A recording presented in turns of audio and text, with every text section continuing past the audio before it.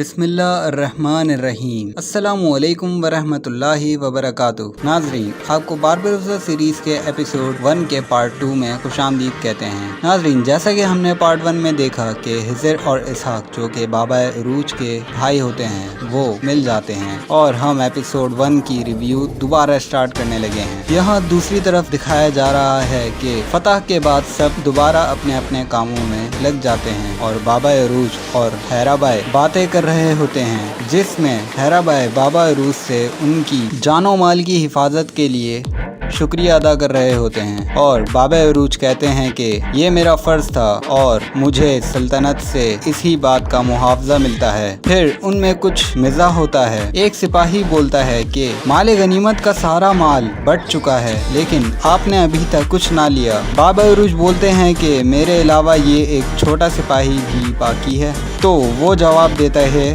کہ ہاں، مال غنیمت میں سے 3 سونے کے سکے اور 1 تانبے کا کڑا بچتا ہے۔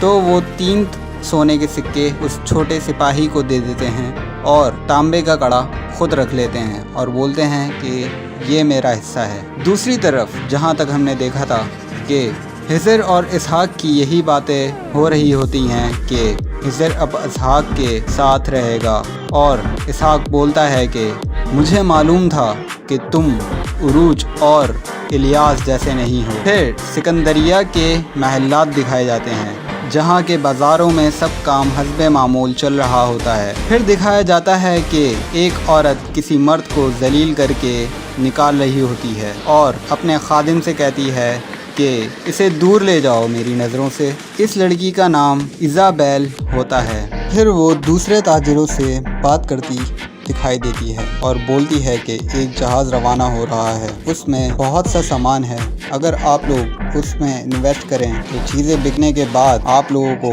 اپنا اپنا اچھا منافع ملے گا۔ سب راضی ہو جاتے ہیں اور سب اپنے اپنے حساب سے اس جہاز میں انویسٹ کرنے کی خواہش ظاہر کرتے ہیں۔ پھر وہ دوسرے تاجروں سے بھی کاروبار کے حوالے سے باتیں کرتی ہے۔ پھر وہ اپنے ملازموں کو اچھا کھانا بنانے کا حکم دیتی ہے بابا عروج کے لیے، اور بولتی ہے کہ بابا عروج یہاں سے دور رہنے کی وجہ سے ہماری مہمان نوازی دیکھنے سے قاصر رہے ہیں ابھی تک۔ دوسری طرف بابا عروج کی بیوی کو ایک دائی کے ذریعے اپنے حاملہ ہونے کی خبر ملتی ہے، جو وہ بابا عروج کو سنانے کے لیے بےتاب دکھائی دیتی ہیں۔ دوسری طرف پھر خضر اپنے استاد یعنی سلیمان سے ملنے جاتے ہیں۔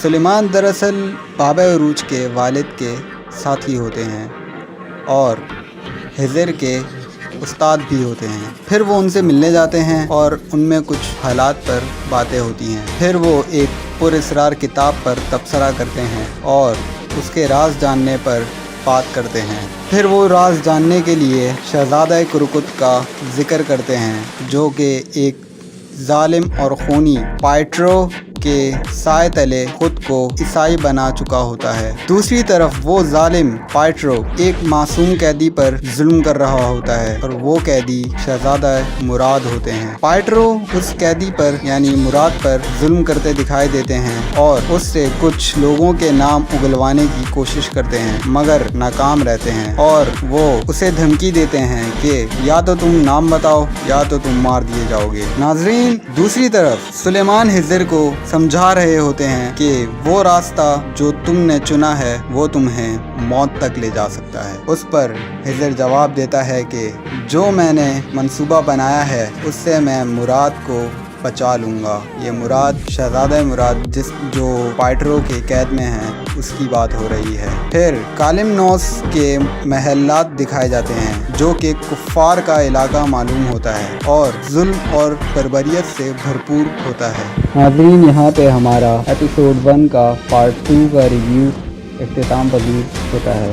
ہمارا چینل سبسکرائب کیجیے اور اس ویڈیو کو لائک کیجیے۔ ہم یہ ویڈیوز بنانے میں بہت محنت کرتے ہیں تاکہ ہم لوگ آپ لوگوں تک جلد سے جلد آپ لوگوں کی پسندیدہ سیریزز پہنچا سکیں۔ ہماری پوری ٹیم آپ لوگوں کی تہہ دل سے شکر گزار ہوگی۔ السلام علیکم ورحمۃ اللہ۔